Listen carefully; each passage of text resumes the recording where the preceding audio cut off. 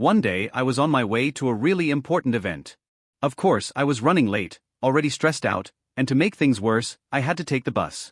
Everything seemed fine until halfway through the ride, I felt the call. Yes, that call from the bladder. The problem? This bus definitely didn't have a restroom. And I don't know if you've been in that situation, but there comes a moment when it's not just about needing to pee, it's like your soul itself is about to burst out of your body. I started sweating, my abdomen hurt, my back hurt, honestly, my entire existence hurt. Every bump on the road felt like medieval torture. With no other choice, I had to stop the bus in the middle of the avenue, get off like a fugitive, and run straight to find a tree.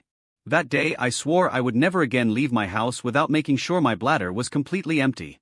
And you should do the same, because as a medical student, and thanks to this humiliating experience, I'm going to explain the science behind how much urine the human body can actually hold, and whether it's dangerous to keep it in.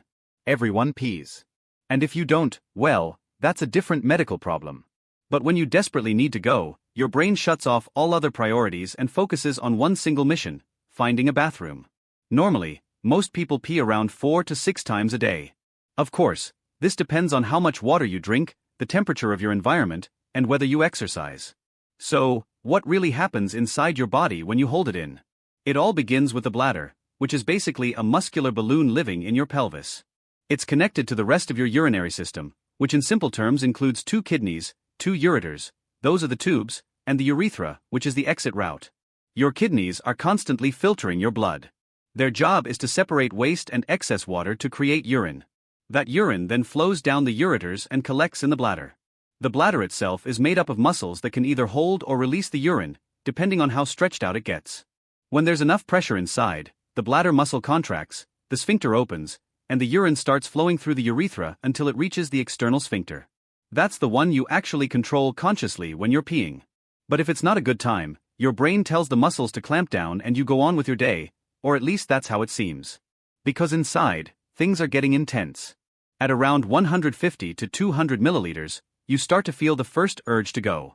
It's like the bladder quietly telling your brain, hey, keep this in mind.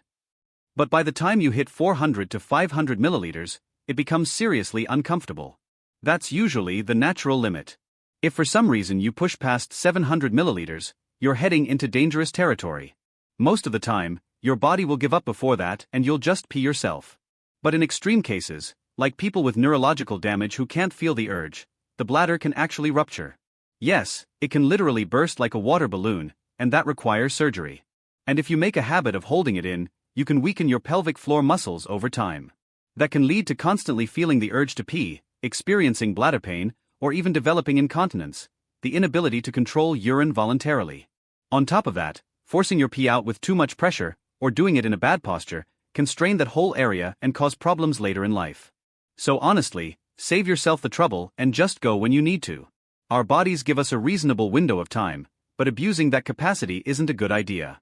Next time you feel the urge, remember the cold sweat, remember the bus ride, and just head to the restroom. Trust me, your bladder, and probably your bus driver, will thank you. Bye-bye.